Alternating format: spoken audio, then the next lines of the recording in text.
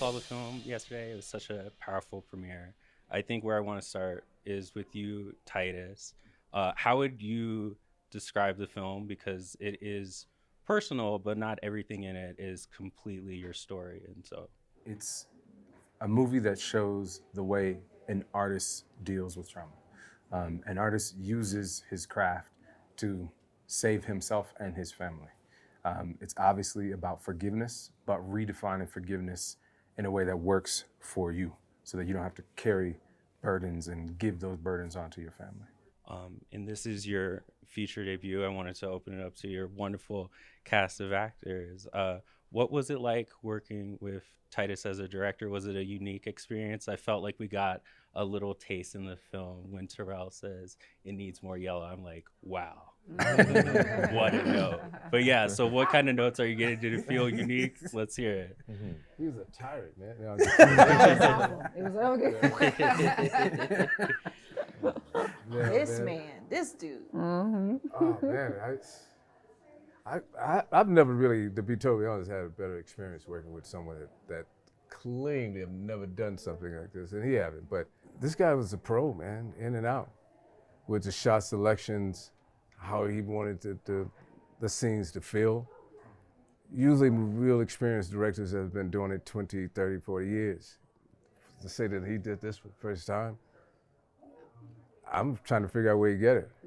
You know what I mean? So it was a great experience for me, I'm just saying. And this cast, if I keep talking about it, man, I'm gonna want to take everybody home. It's real. That's beautiful. But something else that I wanted to ask was, Titus, something that you mentioned sort of as you were introducing it, is that you don't really sort of see like painting in one box, filmmaking in another box, like it all links together. And I guess, again, opening it up to the group, like working with Titus and working on this film, did it make you think any differently about your craft or the work you were doing as an artist, especially with the subject matter touching on other modes of art? I think Andra, the multi-talented Andra Day. Yeah. So him and I actually view it very similarly. Yeah. You know, I think when it comes to the work, and I was saying this the other day, when it comes to the work, I compartmentalize. So if I'm doing a movie, I have to throw myself in the movie. I can't really try to work on my album at the same time or produce. I really need, especially when it comes to these characters, you know, so because I wanted to give my whole self to this project, to his vision. So I compartmentalize in that way. But as far as, you know, what I am, you know, I look at all of us as creators, you know what I mean? Which for me personally means I'm a conduit, you know, it's a spiritual thing for me. I feel like I'm co-creating, you know, constantly. So I think to limit ourselves to one sort of medium is that might not be your thing. In that season, I might be, for me, what I say, called to be a producer. I might be called to be a writer or to be a painter, which he promised me painting lessons. So I'm definitely take him up on that. And I think he said for free, and I'd like to get that on camera. No, but did I say that? So, you know, I look at it much in the same, and so that's why for me, hearing that he was, I was a huge fan of his work before coming here. He did a series, I was introduced to him through his series called Enough About You, which was just, to me, just breathtaking and so important. And so to hear that he was getting into movies, when I think of him, I think of a visionary. And I've said this multiple times during this festival, that whatever he throws himself into, it's gonna be amazing and he'll excel. And I wanna be a part of all of those things. So, and it's because I think he just sees himself as a creator, as an artist. And that was what, it was a blessing to be a part of. I wanted to ask you, Aunjanue, as well, because I feel like, do you approach your work as kind of interdisciplinary art? Like, seeing not it just as acting, but as bringing a lot of yourself to it? Yeah, I learned how to be an actor on sets. I didn't learn it from school. No disrespect to NYU, but I learned it from being on sets. Come on. And just being around people who are just very good at what they do. I learn still, even now, from everybody. But the kind of work that I aspire to does not necessarily come from acting. I am influenced heavily by music. The rhythms that I hear in music, I I convert that into the rhythms that I hear in dialogue.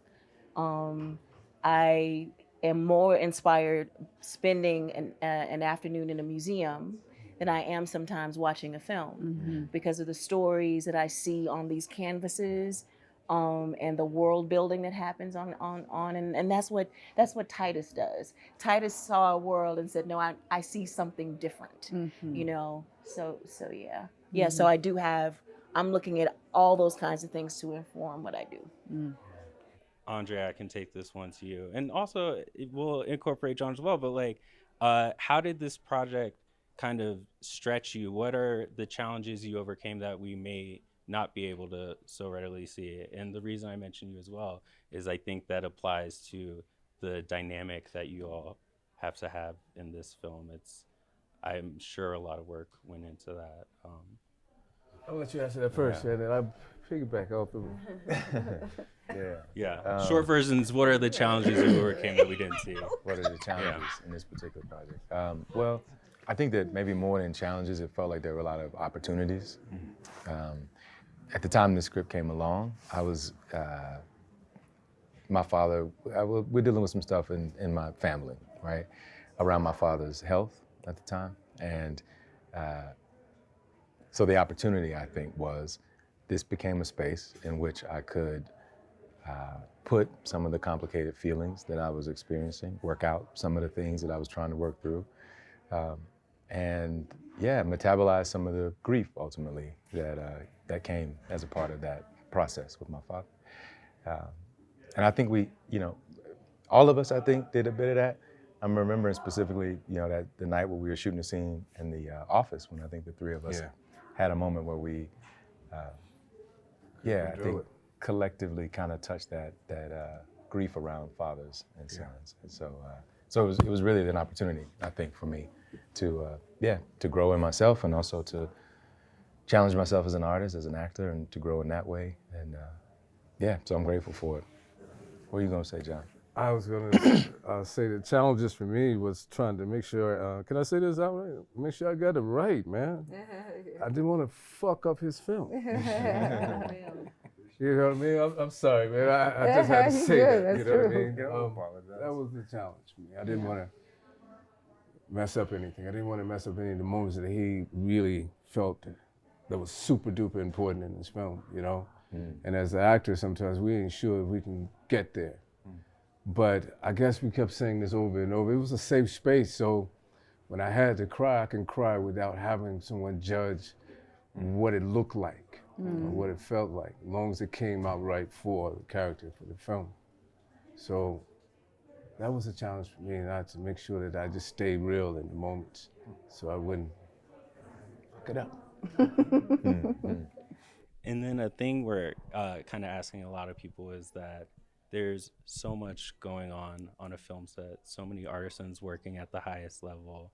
How do you all remain focused? Are there any specific strategies for kind of staying in the moment, staying on track when you got work to do? Well, this is an intense film. And so there were a lot of moments where I said, it's just gonna be the folks working on the scene. And so we would have just Lachlan, our DP, in there. Sometimes he was actually operating. And anyone who did not need to be there was not there. We had several scenes where that was the case. And it was really about that attempt to create a safe space where it was like, we can take some risk here. No one needs to worry about being embarrassed or anything like that.